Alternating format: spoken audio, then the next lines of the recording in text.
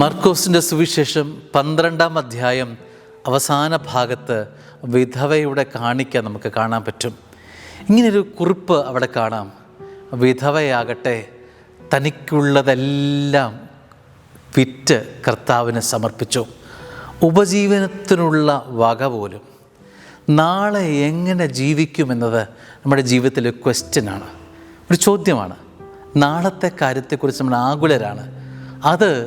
അതിനുള്ള ക്രമീകരണം ചെയ്തിട്ട് മാത്രമേ അത് ക്രിസ്തുവായും ഉള്ളൂ എന്ന് ജീവിതത്തിൽ നമ്മൾ ചിന്തിച്ചു വയ്ക്കാറില്ലേ? സ്നേഹമുള്ളവരെ, ഇന്ന് ജീവിക്കാനുള്ള വക തന്നത് ക്രിസ്തുവാണെങ്കിൽ നാളെ എൻ്റെ ജീവനെ പുലർത്താനുള്ള വഴികളും സാധ്യതകളും കർത്താവ് തുറന്നു തരുമെന്ന് ഈ പാവപ്പെട്ട വിധവയ്ക്ക് എങ്ങനെ ജീവിതത്തിലൊരു ഒരു ഒരു ഒരു തീരുമാനമെടുക്കാൻ സാധിച്ചു? എങ്ങനെ ഈ സ്ത്രീക്കൊരു ബോധ്യം മനസ്സിലേക്ക് ലഭിച്ചു?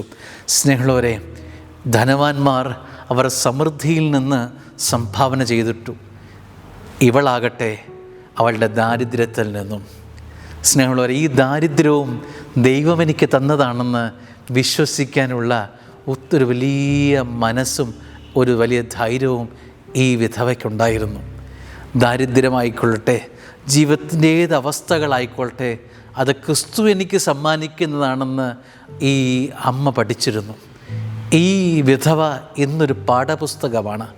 നമുക്ക് ഈ വചനം വായിക്കുമ്പോൾ ഇന്നും മനസ്സിലാവാത്തൊരു പാഠപുസ്തകം, ഇന്നും വ്യാഖ്യാനങ്ങൾ വേണ്ട ഒരു പുസ്തകമായിട്ട് വിധവയുടെ പേര് വായിക്കുകയാണ്. സത്യത്തിൽ ഇത് വായിക്കുമ്പോൾ എന്നെയും വല്ലാതെ പോറിക്കുന്നുണ്ട് വചനം.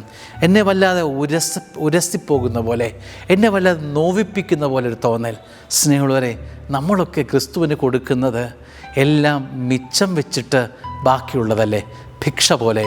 എന്നാൽ അവളുടെ ജീവിതത്തിൻ്റെ എല്ലാം ദൈവമാണെന്ന് പ്രഖ്യാപിച്ച് സമർപ്പിക്കാനുള്ള വലിയ ഔന്നത്യം, ഉന്നതി ഈ വിധവയ്ക്ക് ലഭിച്ചു എന്നുള്ളതാണ് ഈ വിധവയെ വ്യത്യസ്തയാക്കുന്നത്. സുവിശേഷത്തിൽ വിധവയുടെ കാണിക്ക എന്ന് ഇടം പിടിക്കാൻ മാത്രം അവളുടെ ജീവിതവും അവളുടെ കാണിക്ക സമർപ്പണവും വിലയുള്ളതായി മാറി. നമ്മുടെ സമർപ്പണങ്ങൾ എന്തേ ദൈവത്തിനു മുമ്പിൽ വിലപ്പെട്ടതായി മാറുന്നില്ല? ആമേൻ.